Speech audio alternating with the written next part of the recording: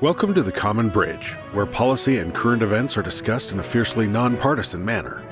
The host, Richard Helppie, is a philanthropist, entrepreneur, and political analyst who has over 1 million listeners around the world. The Common Bridge is available on Substack.com and draws guests and audiences across the political spectrum.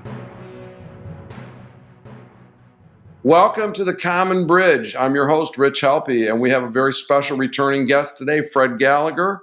If you recall Fred from just a few episodes ago, he's quite an expert on energy, both in the oil and gas field, as well as wind, solar, nuclear. We've talked about kilowatt generation, the demands around the world for energy. Today, we're going to be focusing on hydrogen. It's a great topic, and it's our honor to have someone that really knows this. The Common Bridge, of course, is at Substack.com. Just go to Substack.com, enter The Common Bridge. It's on most podcast outlets, including Apple, Amazon, Spotify, and Buzzsprout, and as well as YouTube TV. So Fred's full biography is out on our links. So please look into that. Fred, welcome back to the Common Bridge. Thanks, Rich. Sure good to have you. Great fun to do this with you. I really enjoyed the last session and look forward to this one. Yes, it's really a unique background that you've got, so well-rounded in energy and your ability to see things from a 360-degree view, and such a learned perspective. It's really refreshing. We have advocates of this. Renewables never going to work, and we have other people that are saying, "Hey, we just got to stop oil and gas right now." So I'm really happy that you're joining us today. Energy's been my life, Rich, and it's been my life's work actually. And when I look at it, my whole career has really been focused on how do we bridge between silos within the energy business. For the longest time, the petroleum sector thought it was the energy business. And when I went back and did business school, I realized that the energy business is a lot bigger than just the petroleum business. And so that really opened my eyes at that point in time, way back then. And I've spent most of my career really trying to bridge between those silos, trying to figure out how do we deal with this incredibly complex and diverse industry. And one of the key takeaways that I got from our first session was thinking about where something's combusted. So I quit looking at the gasoline in my tank as energy. It's fuel, but it's not energy until it gets burned. And similarly, that electric power that generates fuel for my hybrid, it's not really fuel until it gets combusted and transmitted. And you had a lot to say about transmission as well. It's when you think of energy, it's been a fascinating development. I mean, if you think back to our days when we would cook over open fire stoves and or open fires. It's fire and combustion is sort of intrinsic to the human experience over the last 10, 15,000 years at least. And really, when you think about it, most of our processes are combustion processes because they've been conveniently really well developed. And electricity has taken some time to really develop over time, and it is one of those things that's fascinating because it's the use of electricity. When you actually take the energy from electricity and you put it into motion, if you will, or use it for motive force, it's about 4 times as efficient as combusting.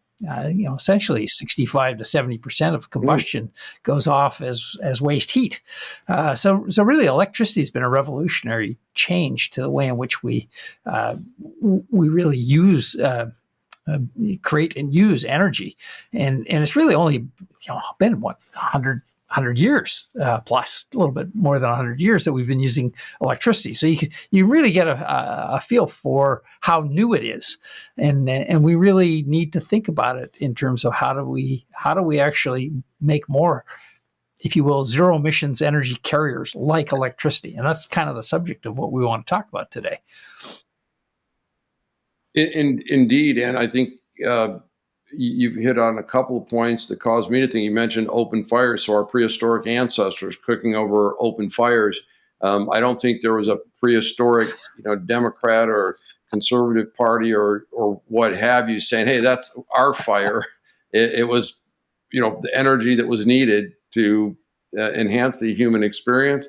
We've done that with electricity, and that's what the Common Bridge is all about. Let's get away from the partisanship and let's talk about the issues of the day and maybe some solutions. And Fred, you were talking today about a case for hydrogen. And before we got on the air, you said that the largest decarbonization opportunities for the United States are in transportation and industrial heat. What do you mean by that? Currently, some 80 to 90% of our energy that we utilize is really from hydrocarbons, like directly from hydrocarbons. And as a consequence, transportation, when we talk about cars and trucks and trains and vessels, boats, they're all driven by hydrocarbons. And what this really boils down to is that it was a very efficient and easy way to get energy from hydrocarbons and then really transport it and essentially put it in that point of use. And the liquid hydrocarbons, previously we used coal and wood, et cetera, to which are hydrocarbons, to produce our energy. But the advent of liquid hydrocarbons, petroleums, really made it immensely more versatile, and that we could use it in all kinds of mobile sources, which really was the catalyst that created the vehicle, the car, the ability to move great distances with energy that you carried on your back, or basically carried in the gas tank. And so that kind of makes sense then, that with so much of the greenhouse emissions coming at the customer's endpoint, the combustion going out the tailpipe, that this focus on tailpipe emissions is an appropriate policy, if I'm understanding what you're telling me. I think it's very appropriate to be looking at it from a point of view of the billions of tailpipes around the world that are emitting carbon or CO2 and other greenhouse gases. But in some ways, we're not looking at it the right way around. We've got billions of these tailpipes out there spewing emissions. What the beauty of electricity is that it really has taken the emissions out of those processes that use electricity. Essentially, it's a zero emissions carrier that at the point of use doesn't produce any emissions. And I think we need to think about, how do we change our current energy delivery system for 80 to 90% of the energy that we're using, and make it the same way, meaning that we centralize the resolution of carbon. We store it, we sequester it, we utilize it centrally, and we just put pure energy down the pipe or down the electrical transmission line. And that makes that makes a tremendous amount of sense. Now, you're going to have to go in very basic steps here about how hydrogen might fit in to this. And I know you've done a great deal of study, and when we've talked offline, you're very enthusiastic about this. But for our listeners, our readers, and our viewers, how exactly do we use hydrogen to generate that clean electricity that's going to power? Hydrogen itself is not an energy source as such.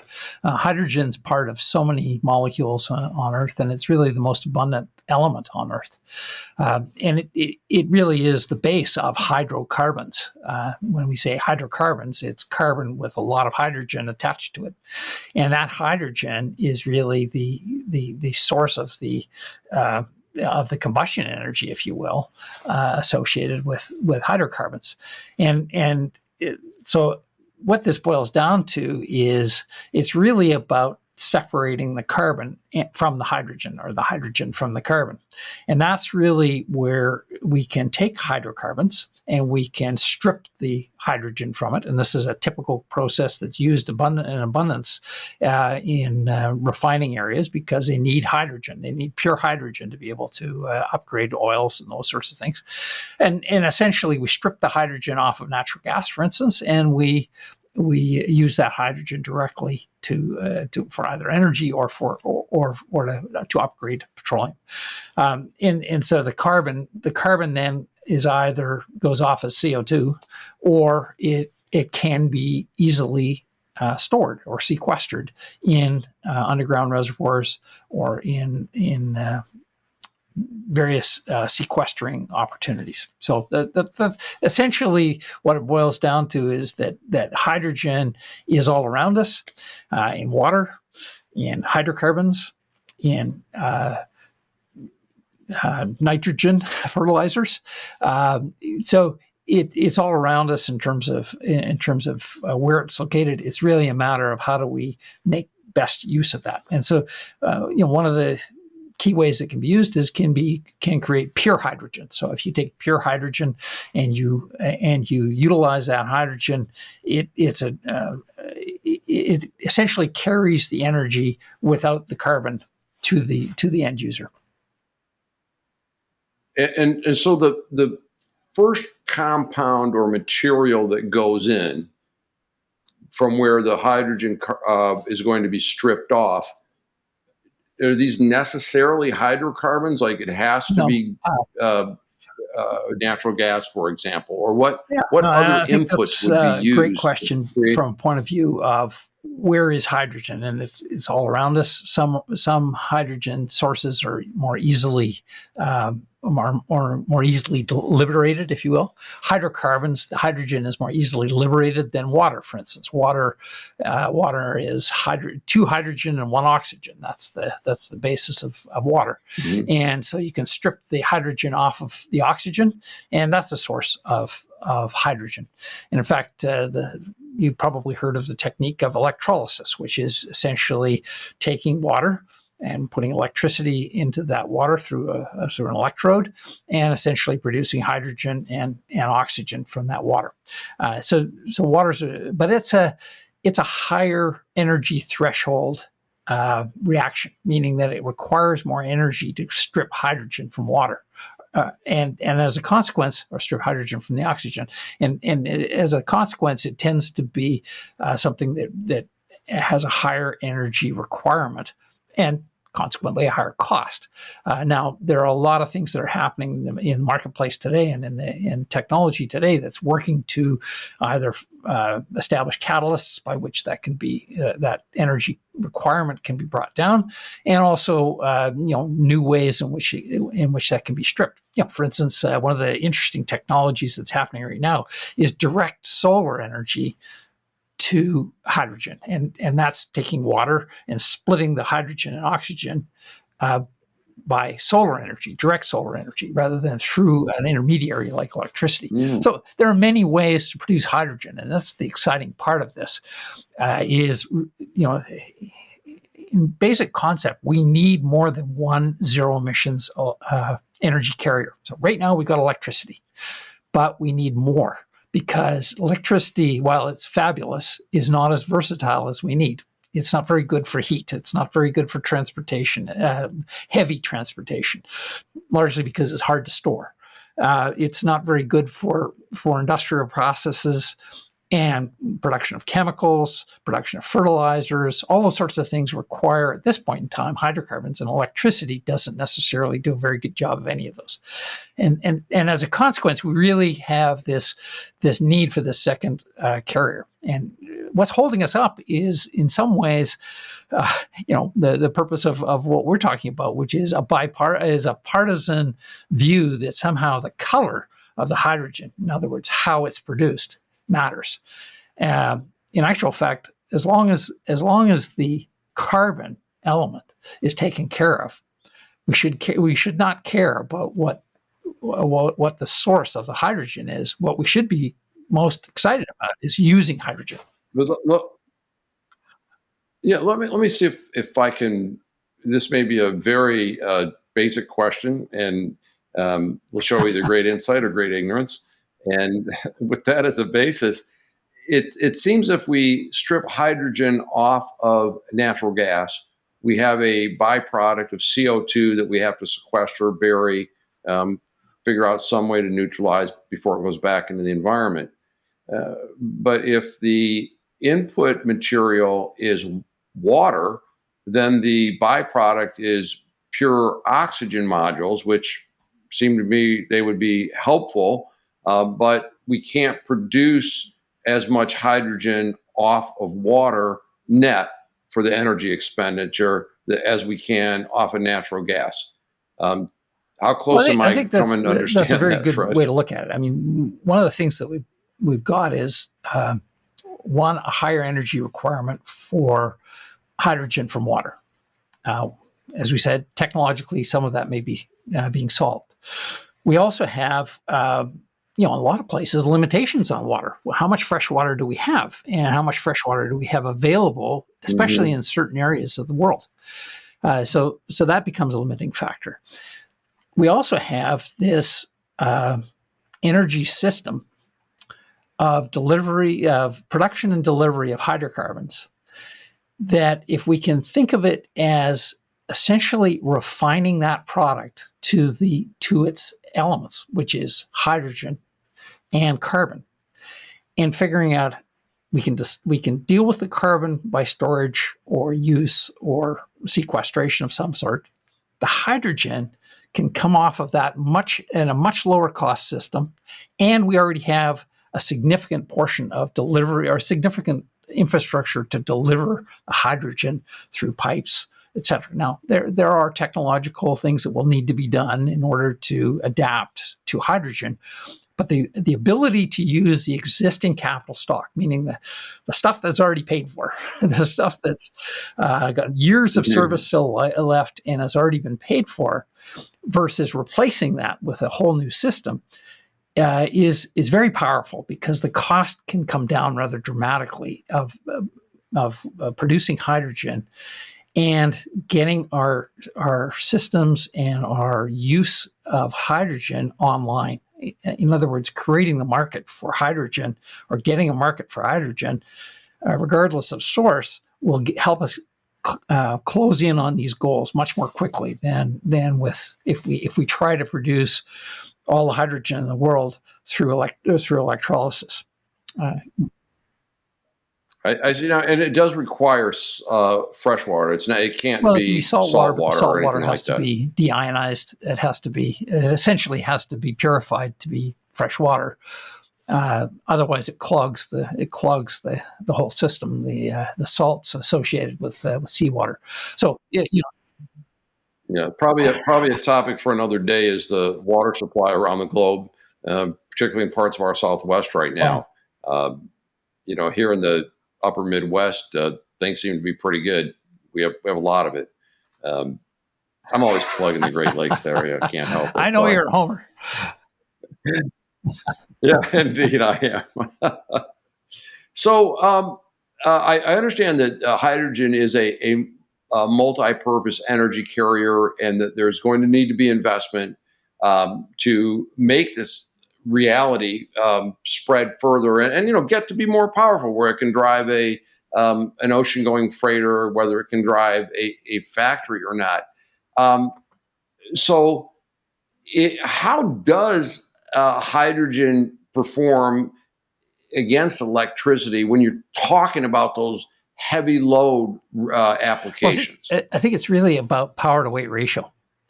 I think passenger cars are probably pretty much an electrical vehicle is an electrical opportunity. It's really largely one of the better uses of electricity. Now that we've got batteries that can really accommodate the kind of durability and the kind of longevity that we need, I think passenger cars definitely can move electrically very quickly, and I think that's a really good way to move. Where the problem comes is where you're trying to move heavy weights, whether it be transporting all kinds of different things that we transport, either from a marine point of view or from a if you will, trucks moving across the country. This is where hydrogen really shines. One, you probably have a centralized filling facility versus, let's say, passenger cars where it's distributed all over the place. Electricity does that really well because we've already got this electrical distribution system. But from truck point of view, you can have a centralized filling facility. The second point is that you can carry hydrogen. You can carry a lot of hydrogen. It's light, and you can carry a lot of hydrogen. It doesn't add significantly to the weight of the material you're trying to transport. And that's where electricity is tough, because the batteries are heavy, and batteries essentially are dead weight. Yes. From that point of view, whereas hydrogen is not. Hydrogen is not a dead weight. So hydrogen really can fill the if you will, the heavy transport type field, and I think that's one of the great uses of it in the transport sector. The other thing is that it's a base for fertilizers already. So your nitrogen fertilizers are largely hydrogen. And essentially what's happened is they take natural gas, they remove the hydrogen, and they attach it to nitrogen, and you basically make nitrogen fertilizer. And that really is the source of most of our nitrogenous fertilizers today, is that process. And it's huge. You can't do that with electricity, or at least not efficiently, right? No. So this is a great opportunity for hydrogen. And it's now a number of fertilizer producers are now looking at sequestering the carbon in their process. So petrochemicals, the base. And when you say sequestering, what does that mean? Sequestering, How do you sequester there's a couple of carbon? different things. I mean, there's storage, which is put it into the ground, and it's not a tank in the ground, but it's a reservoir in the ground. We already have a number of established reservoirs where that can be easily stored. We know the technology is well proven that we can store long term. We can store CO2 underground. The second piece is the idea of sequestering. So sequestering is, again, finding a way to take that carbon and put it away more permanently.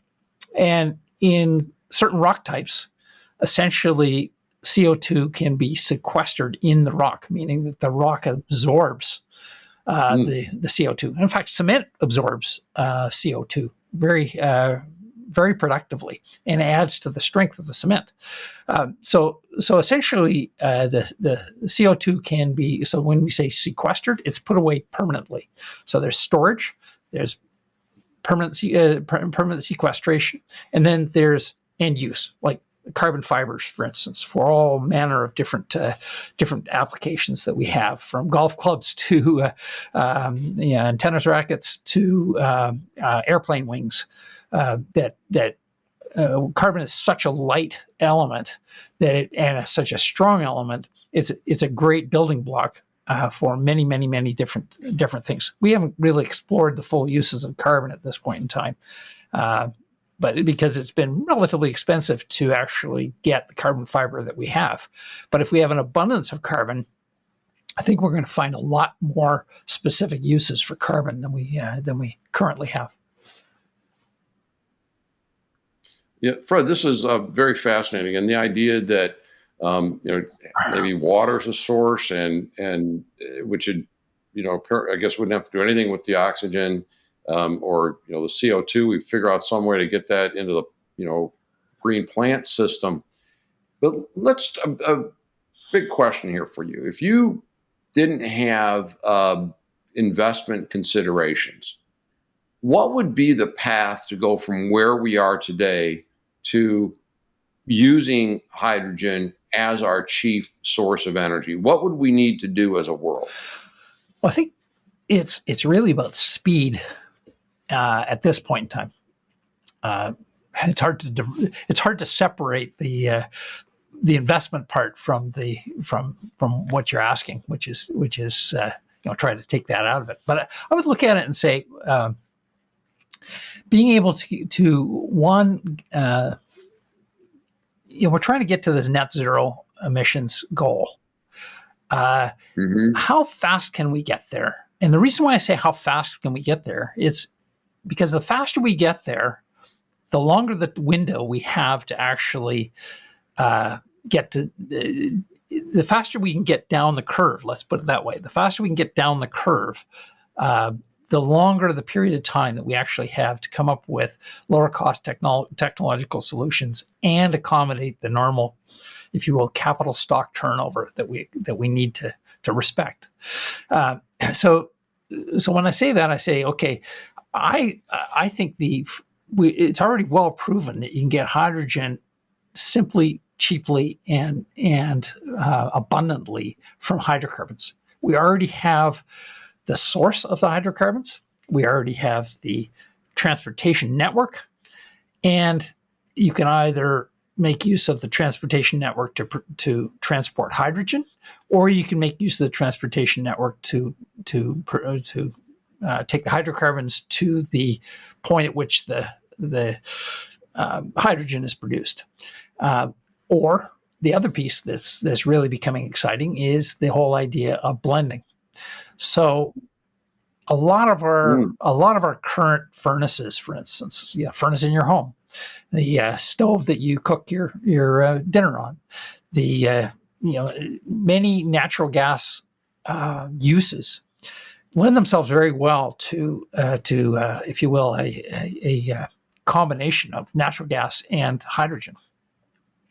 And the value of that is that if you can get up to 20% hydrogen into the natural gas system, all of a sudden you've reduced the amount of carbon that's actually being emitted on the other end. So there's an opportunity for these intermediate ways to get to our goals quicker, or get down the curve quicker on the front end, so that we got more time to make sure that we get the rest of the puzzle worked out in the most cost-effective and efficient fashion.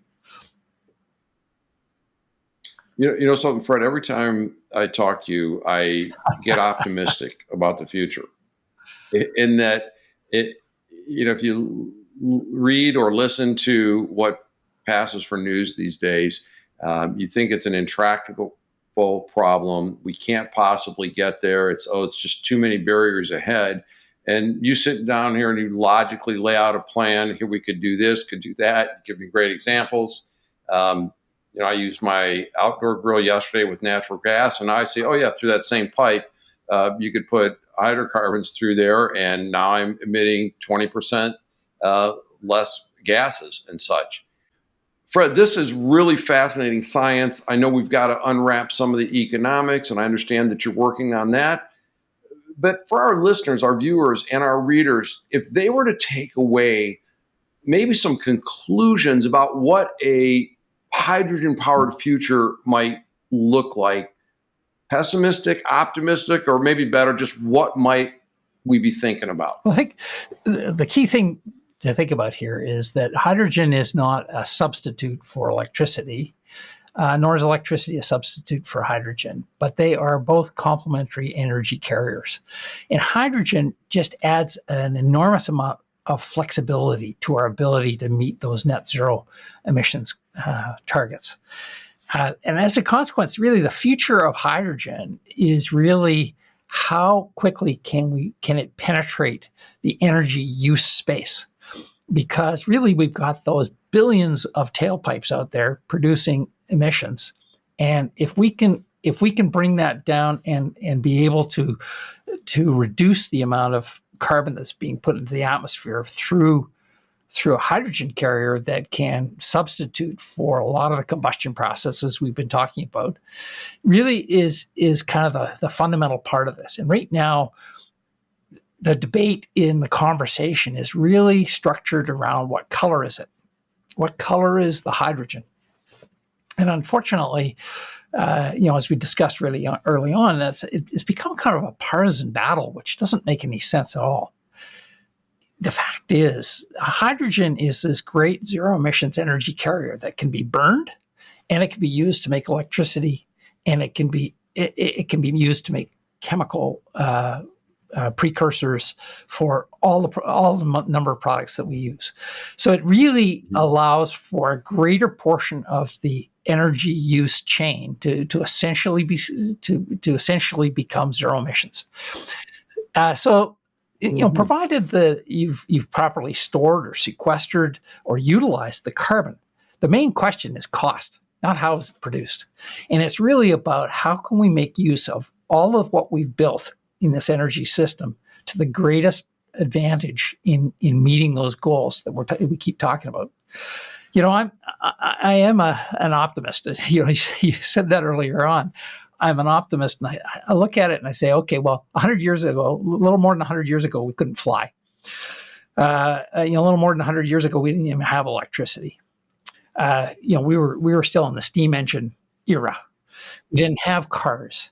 Mm-hmm. I think it's Bill Gates who said things look really hard and really long into the future when you're looking forward. But when you look at them in the rearview mirror, they happen really fast. And this is where we really need to get over ourselves a little bit on this debate as to what is the best way to produce hydrogen. We know hydrogen is an essential element of meeting net zero. How we produce it shouldn't matter right now. The critical point is how do we get it into the market? How do we get the market to accept it? How do we get the supply chain for hydrogen built appropriately? And how do we efficiently meet those and cost effectively meet those emissions goals now and in the future? So that's why I love your program, Rich, the Common Bridge, because hopefully a lot of this kind of discussion starts people thinking about, well, okay, how can we do this more on a more bipartisan or non-partisan fashion? Well, I like, Fred, first of all, my compliments to you for educating our audience and me deeply. I think we've just scratched the surface of this. But one of the things I'd say to my listeners, viewers, readers is this. Isn't it curious that with these great media systems set up on, whatever channel, cable, internet, broadcast, radio, TV, and so forth, how come there's not a Fred Gallagher talking about here's how we get to net zero emissions? Instead, how much energy is spent in the partisan wars that do nothing but enrich side A versus side B and so forth. And that's why we're inviting everyone to step out of the echo chambers and step onto the common bridge, because I think together we can build a better future if we start dealing with science like Mr. Gallagher brings to us, optimism, and that can-do spirit. And with our guest today, with deep gratitude, Fred Gallagher, this is Rich Helppie signing off on the Common Bridge. Thanks for joining us on the Common Bridge. Please subscribe to the Common Bridge on Substack.com, where you can find more interviews, columns, podcasts, video, and other nonpartisan discussions to the problems of today. On Substack, you can access the full archive and bonus columns, podcasts, and interviews for only $5 a month. Please go to Substack.com